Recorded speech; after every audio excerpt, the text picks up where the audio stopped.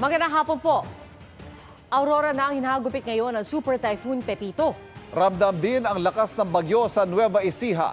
At mula sa Bungabon, nakatutok live si James Agustin. James. Pia Ivan, hanggang sa mga oras na ito ay malakas na buhos ng ulan at pagbugso ng hangin yung nararanasan natin. Dito po yan sa bayan ng Bungabon sa Nueva Ecija. Ang kalapit na lalawigan nitong Aurora, sinagupa rin ang pagdating ng Super Typhoon Pepito sa ikalawang landfall nito sa bayan ng Dipakulaw ngayong hapon.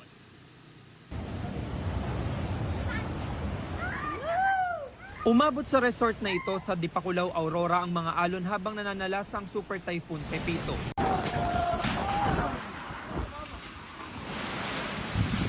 Walang tigil din ang malakas na hangin at ulan sa Baler. Maulan din kanina pang umaga sa Dilasag. Cyclone warning signal number 4. Sa San Luis, mahigit 400 pamilya ang lumikas. May forced evacuation din sa Dinalungan. Sa Bungabon, Nueva Ecija na may 5 flood-prone barangay, malakas ang hangin at pabugso-bugso ang ulan mag-aalas 2 ng hapon. Nagtumbahan ng ilang karatula, may tumagilid panten. Nasira ang isang tindahan. Nilipad din ang mga lona. Sa isang perya, kusang umaandar ang isang ride sa lakas ng hangin.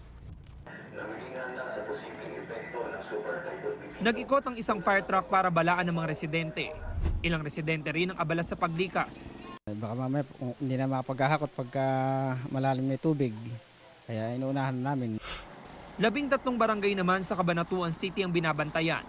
May mga magsasakang minamadali na ang pag-ani ng mga palay. Kawawa naman po palay, kaganda ng palay. Kahit na pa po gusto po namin simpang. Tinitiyak din ng iba na protektado sa bagyo ang kanilang bahay. Sa Candaba, Pampanga, ilang residente na rin ang nagtali o naglagay ng pabigat sa kanilang mga bubong. Ang MDRMO nakaalerto na. Samantala, balik dito sa lalawigan ng Nueva Ecija, may mga nagsilikas na rin ng mga residente sa mga bayan ng Gabaldon, Peñaranda, maging sa Cabanatuan City. Yan muna ilitas mula dito sa bayan ng Bungabon sa Nueva Ecija. Balik sa Ivan. Ingat kayo dyan at maraming salamat sa iyo, James Agustin. Hindi lang panahon ang nagsungit sa Quezon dahil sa bagyo, kundi pati dagat na humampas sa ilang coastal area sa Polillo. At mula sa Quezon, nakatutok live si June Veneracion. June? Pia, sa buong probinsya ng Quezon, kabilang itong aming pwesto dito sa Tagkawayan ay umabot na sa mahigit 100,000 ang mga residenteng nagsilikas dahil sa bagyong Pepito. Mahigpit ang bili ng provincial government, Pia, na makakabalik lang sila sa kanilang tahanan kapag wala na raw umiiral na tropical cyclone wind signal sa kanilang lugar.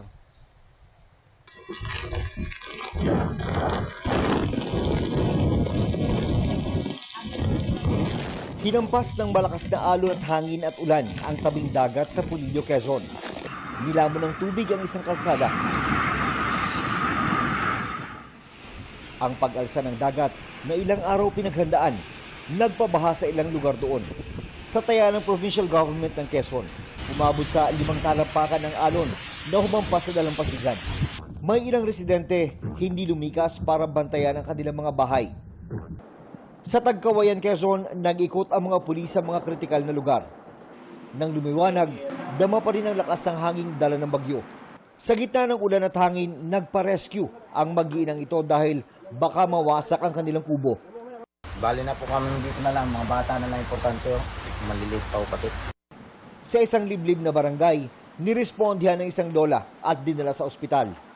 Sa highway, ilang puno ang nabuwal. Naging maagap ang pagpapalikas. May mga napunta sa mga eskwelahan at iba pang evacuation center.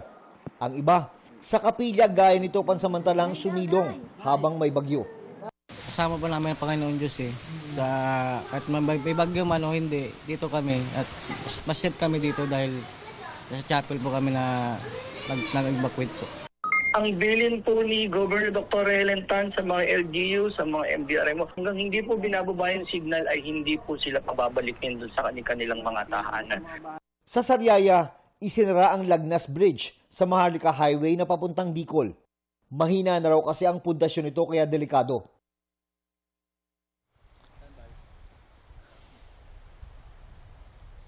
Pia, ngayong maski paano bumubuti na yung panahon sa malaking bahagi ng Quezon, ang tanong na ilan ay mapasok na kaya o may pasok na kaya yung mga estudyante bukas? Ang sagot dyan ng provincial government ay pinapaubayan na lang nila sa mga LGU ang pagpapasya tungkol sa usapin na yan. Pia. Mag-ingat kayo at maraming salamat, June Veneracion. Kabi-kabila ang pinsala ng bagyong Pepito sa Catanduanes, lalo sa bayan ng Panganiban kung saan ito unang naglandfall. Pinakamalakas daw itong naranasan doon ayon sa kanilang alkalde. Nakatutok si Jonathan Andal. Maliwanag pa lang kahapon,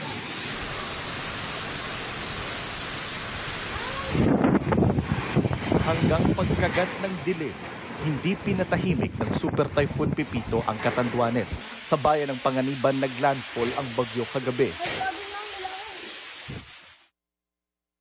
Nang lumiwanag, tumambad ang lawak ng pinsala. Daang-daang bahay ang wasak. Isolated sila dahil walang signal at kuryente at barado ng guho ang mga kalsada. Paubos na raw ang pondo ng munisipyo at ngayon pang 2 araw na lang ang natitira nilang family food packs. Any day, itong mga parating na araw, pwede na po kaming makaramdam ng kakulangan sa pagkain. Mamarapati ng national government na mapansin po kami rito, malaking tulong po yan sa amin.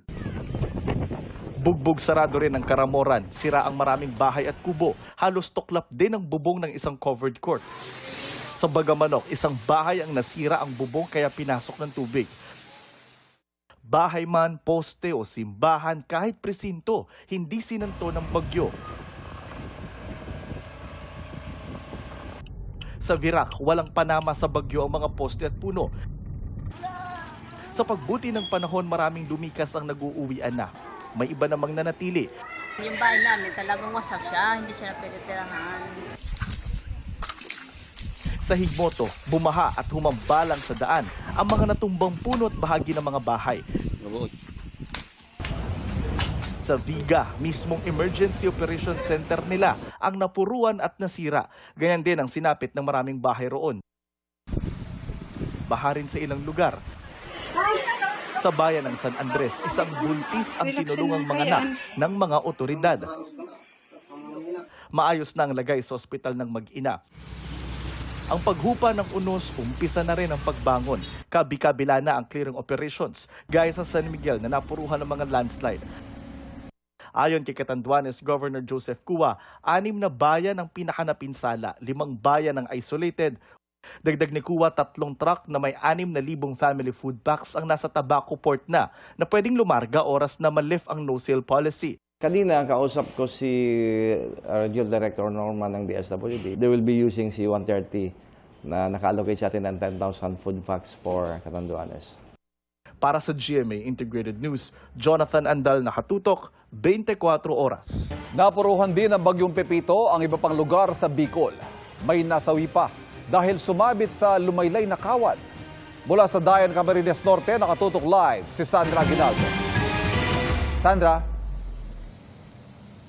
Ivan, sa pag-alis nga ng bagyong Pepito ay isa ang naitalang nasawi dito sa Daet, Camarines Norte.